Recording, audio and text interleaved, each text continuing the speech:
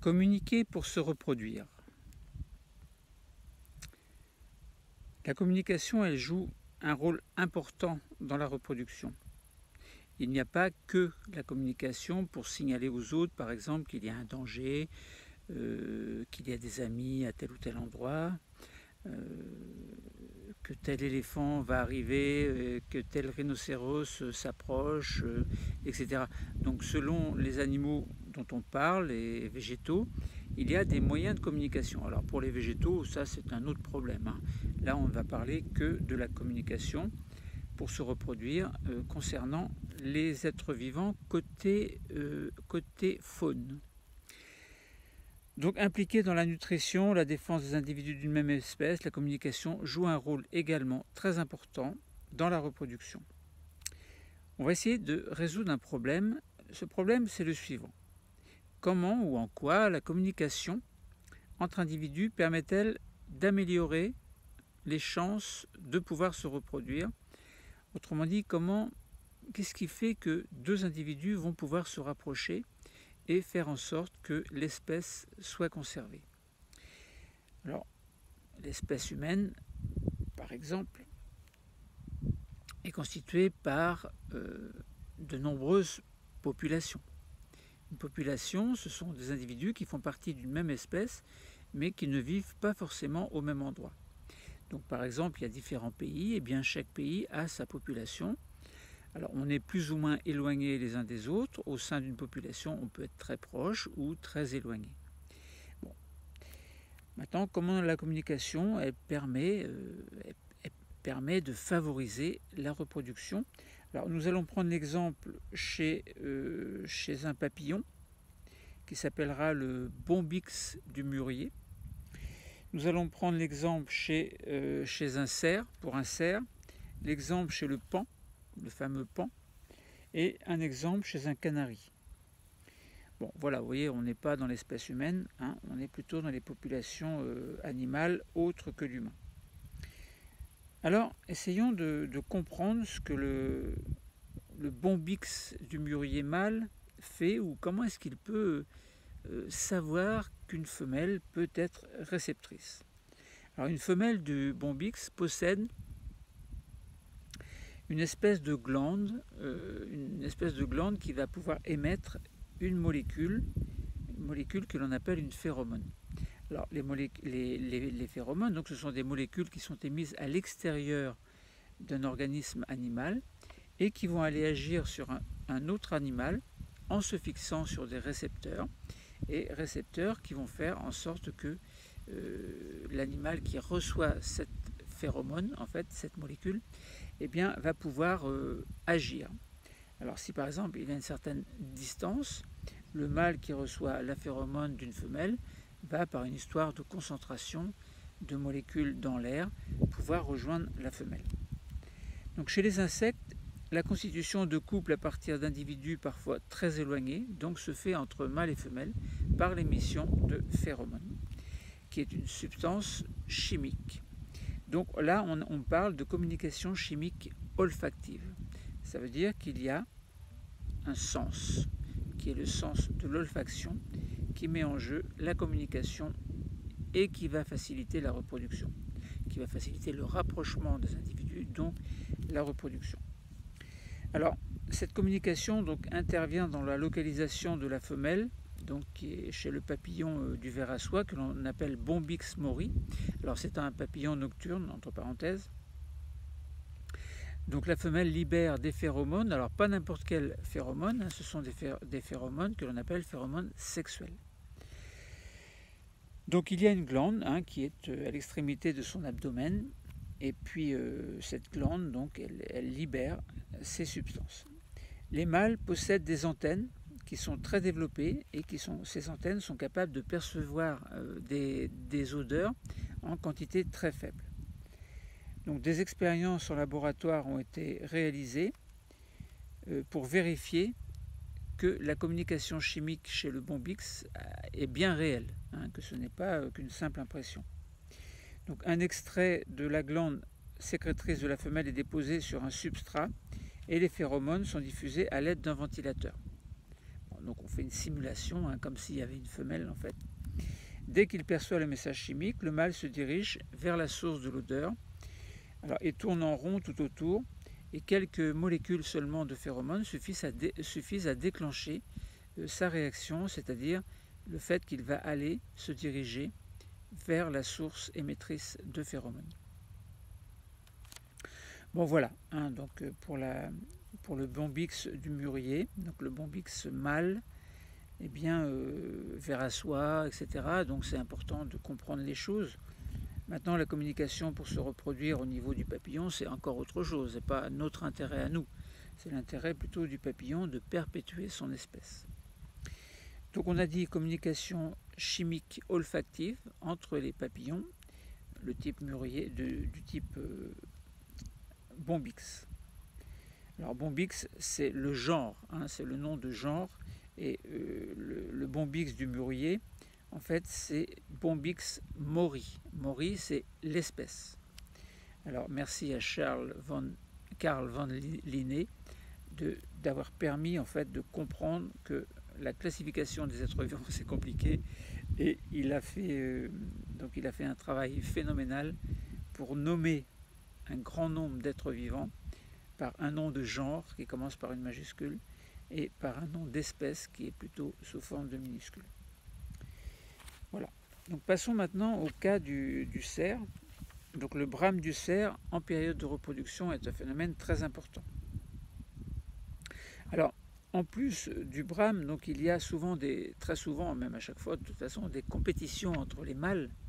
Alors toujours les dominants qui dominent les plus faibles, mais bon, il y a toujours les plus faibles qui essaient de supplanter la hiérarchie qui est déjà en place. Objectif, toujours féconder les femelles. Bon. Donc compétition entre individus du même sexe qui peut impliquer des combats. Alors les femelles ne se battent pas entre elles, hein, donc ce sont juste les mâles. Alors on se demande bien pourquoi les mâles ont développé des bois si importants, si impressionnants, parce que ça pèse lourd quand même. Hein. Bon, bref, c'est une question il faut raisonner au niveau de l'évolution, et ce n'est pas l'objectif aujourd'hui. Alors en automne, donc, les cerfs mâles émettent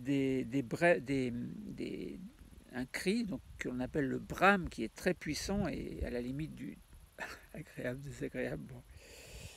Bon, chacun ses goûts, hein, mais moi personnellement je trouve que c'est un cri qui est un petit peu bizarre. Hein. Je vous invite à l'écouter sur internet par exemple, c'est le brame du cerf lorsqu'il essaie de conquérir ses charmantes femelles. Alors il attire l'attention des femelles et défie ou dissuade les autres mâles, hein, qui voudraient prendre sa place. Hein. C'est toujours intéressant de prendre la place d'un mâle dominant pour pouvoir féconder les femelles, dans le sens où on donne ses gènes à la descendance. Donc on perpétue sa propre personne, entre guillemets, individuellement. C'est très important. Bon, mais comme en général ce sont les plus forts qui gagnent, eh bien en fait les gènes du plus fort sont donnés en priorité, bien entendu. Hein, ce qui conforte en fait, le fait que les espèces, on dit la loi du plus fort, eh bien c'est bien vrai chez les êtres vivants, chez les animaux, par exemple les cerfs ou les autres animaux qui font des combats pour s'approprier les femelles, eh bien ce sont les plus forts qui offrent leurs gènes en priorité. Et ça facilite la survie de l'espèce, en tout cas. L'intensité du brame donc dépend de muscles thoraciques et traduit donc la force qui serait utilisée lors d'un combat. Et le cerf s'en donne à cœur joie, évidemment. Alors pour lui, c'est pas de la joie, c'est simplement montrer à ses concurrents qu'il est là et qu'il a suffisamment de force pour défendre ses femelles et ne pas laisser la place aux autres. Alors évidemment, l'acte sexuel est associé à un plaisir, ce qui facilite encore plus la détermination à conquérir les femelles. Donc là, il s'agit d'une communication sonore. Tout à l'heure, on avait vu une communication olfactive chimique. Hein, c'est des phéromones chez le Bombyx, dans l'espèce Mori, avec le genre Bombyx. Et là, il s'agit d'une communication plutôt sonore.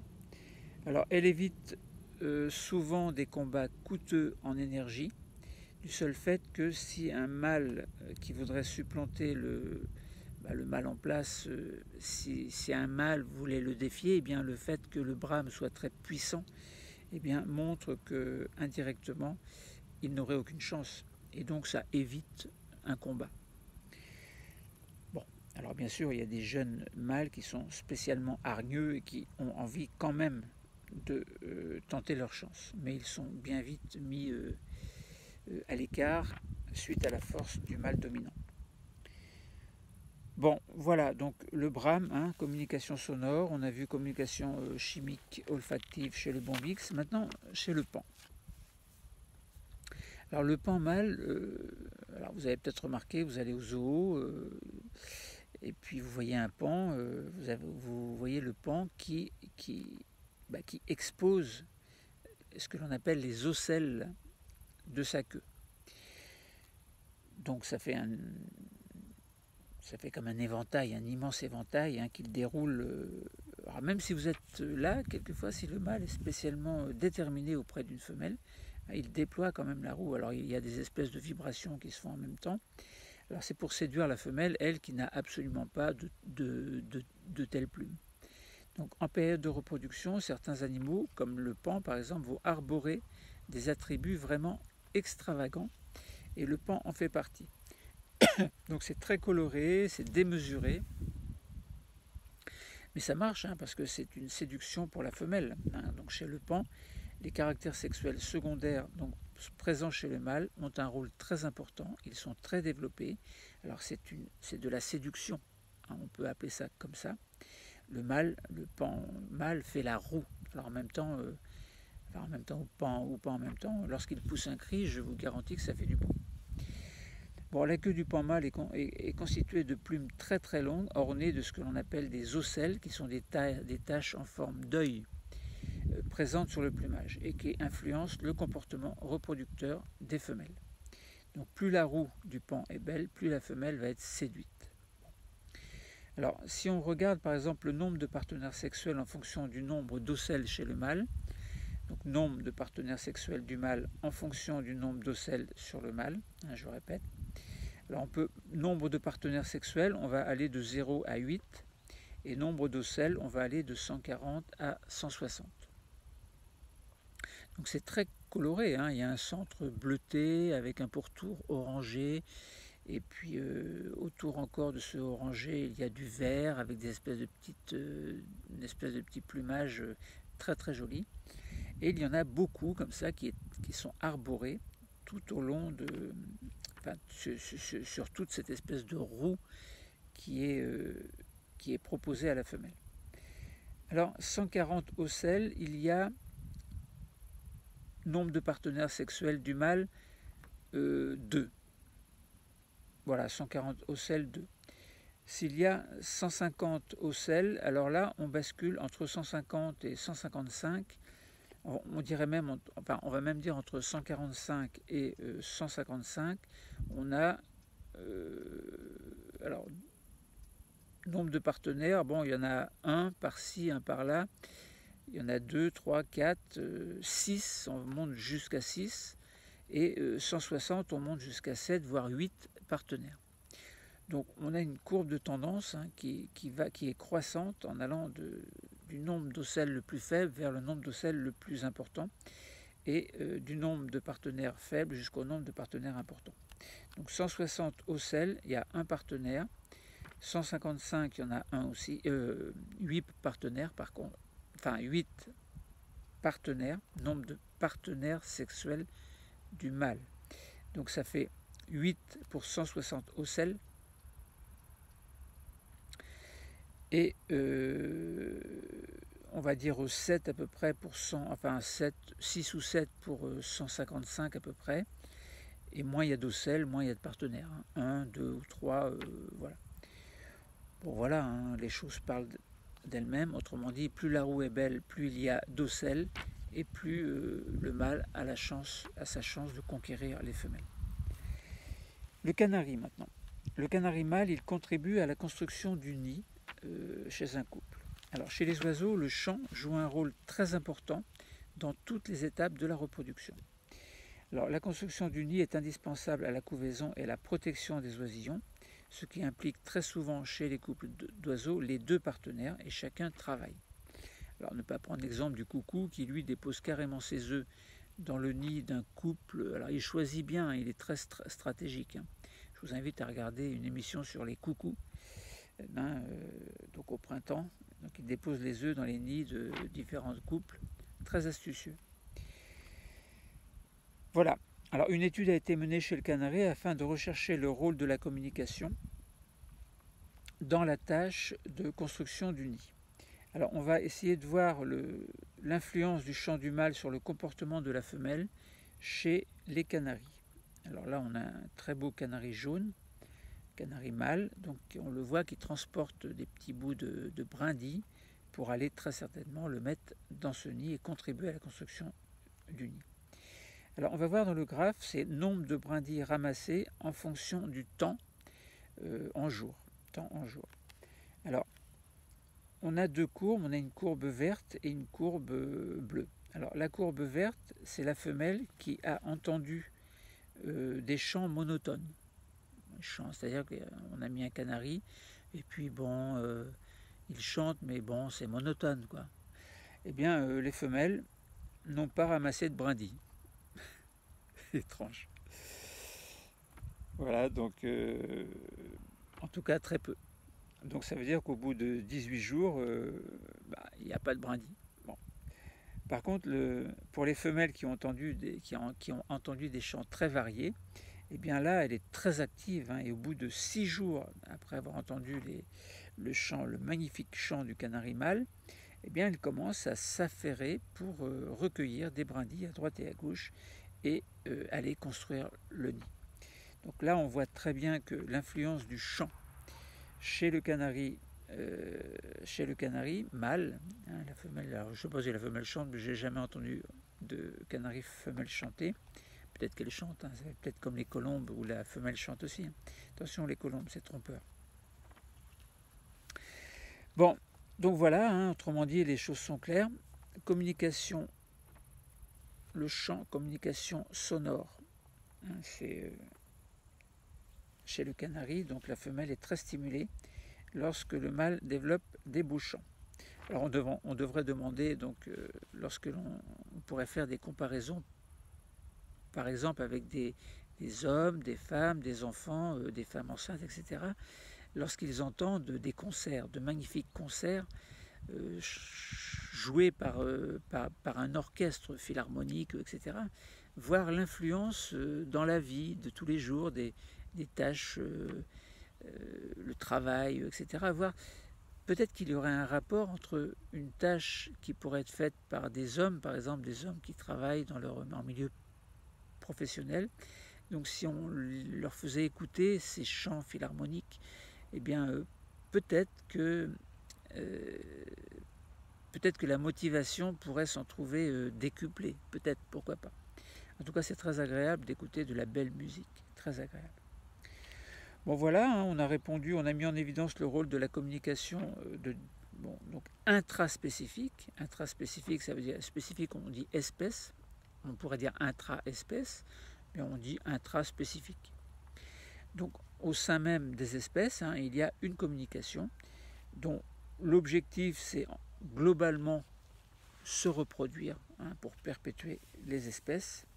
Donc on a pris l'exemple d'une communication olfactive, donc chimique, chez le bombix, un papillon, grâce à l'émission de phéromones et à des récepteurs sur le mâle au niveau d'antennes, donc qui reçoivent des quantités très infimes de phéromones et qui sont capables de réagir et de détecter la présence de la femelle de ce fait-là.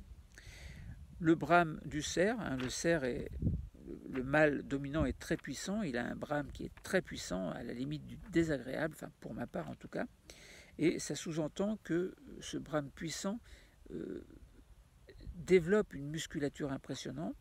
Donc c'est une communication sonore qui va faire en sorte que les éventuels prétendants qui voudraient le défier savent bien que de toute façon c'est peine perdue si le brame est puissant. Parce que les autres cerfs, moins forts, font la relation entre un brame puissant et la puissance du cerf, puissance musculaire.